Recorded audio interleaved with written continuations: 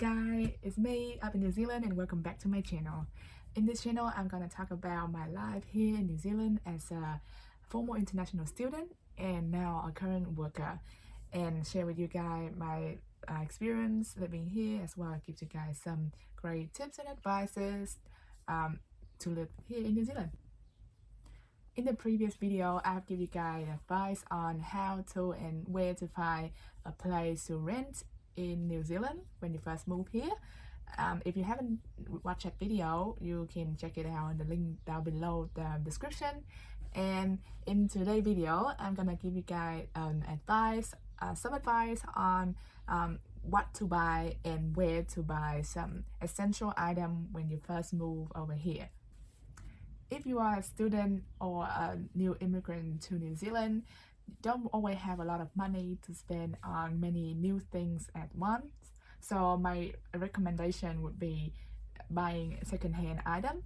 This is a great way to save money and also give stuff a second chance to be useful.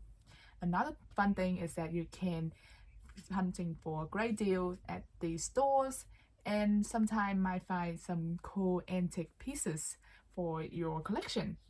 So in general, this is a great experience shopping and also make you a conscious and sustainable consumer. For secondhand shopping, you typically have three options. It can be at a Trade Me, marketplace via Facebook, or on an op shop. The first option is Trade Me. This is a very popular platform in New Zealand where people can come to trade, sell, or auction their item that they used to love and use. For better explanation, you can kind of think it's similar to eBay or sometimes Amazon. You can create a free account and go on there to search for anything that you need, from table to furniture to cutlery, any kind of secondhand item that you can think of. And you can also choose on the filter section to filter out what your preference, either the dimension or location where you want to pick up, or do you want to have lowest price, stuff similar to that. Keep in mind that auctioning is a very popular option for Kiwi to sell their item on Trade Me.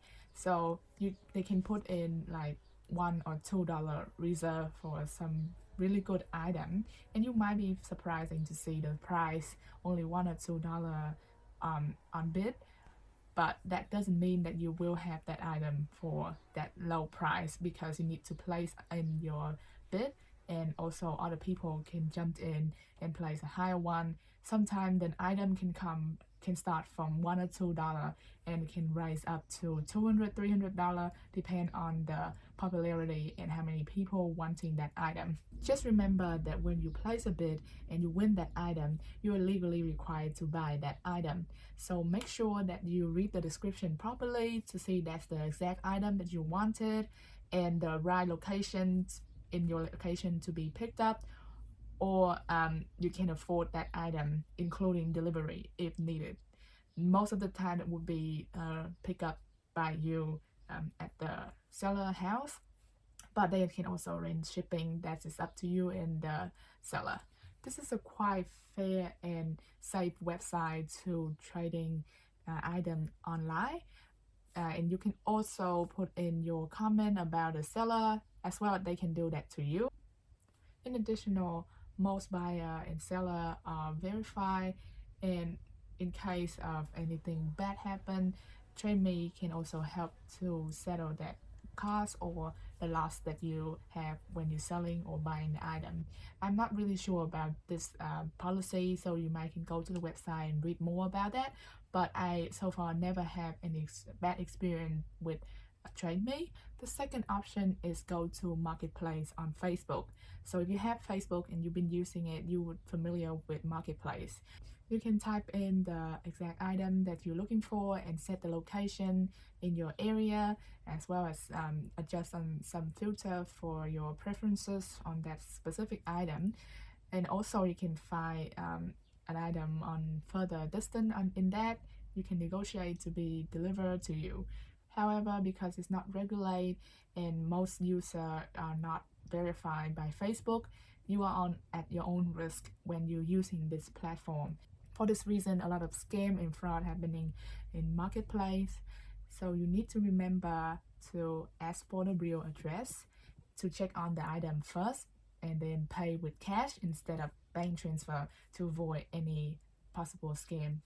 Sometimes they might ask you to pay in advance by bank transfer to secure the item due to popularity.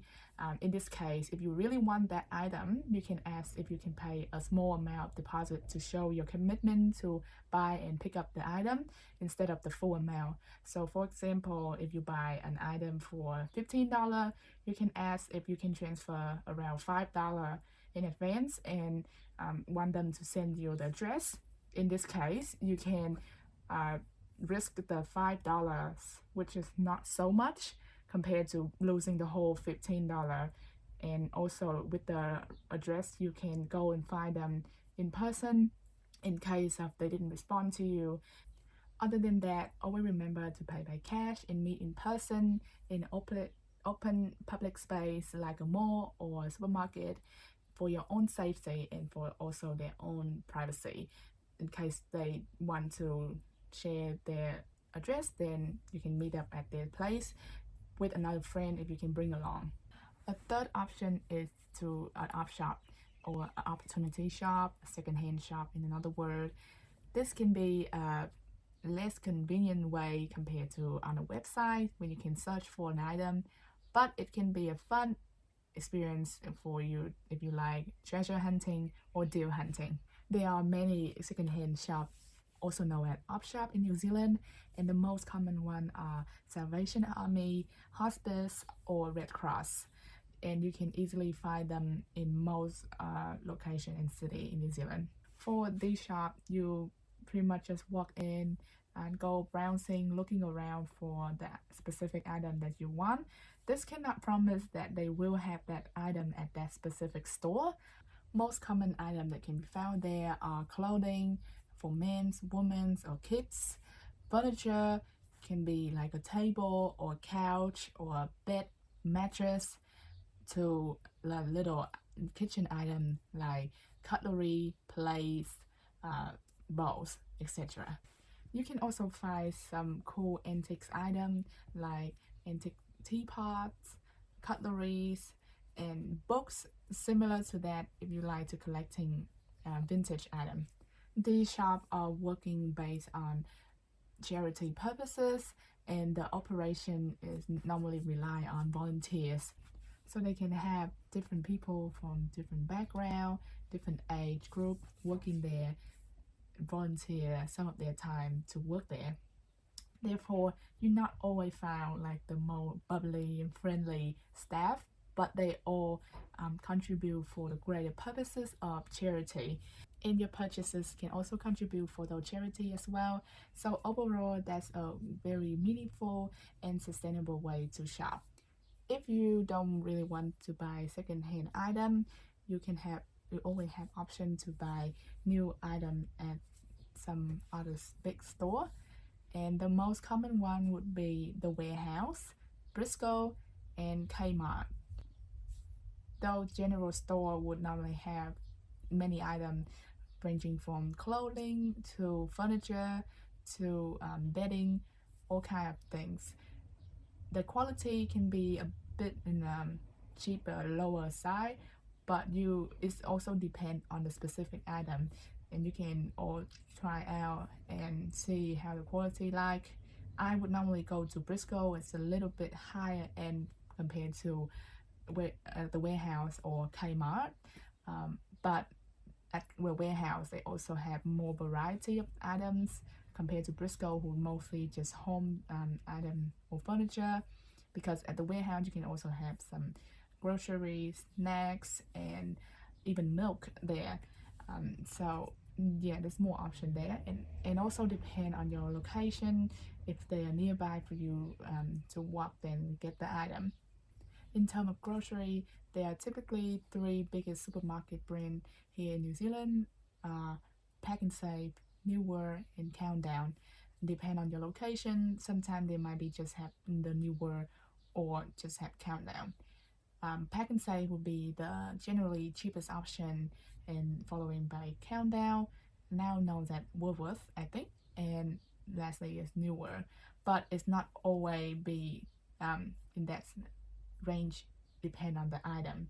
So you can always check on their website for some special items, grocery items that's on sales, and you can compare them as they all have upload their price and item online. So those are some useful information for you to consider where to buy some essential item when you first move here to New Zealand.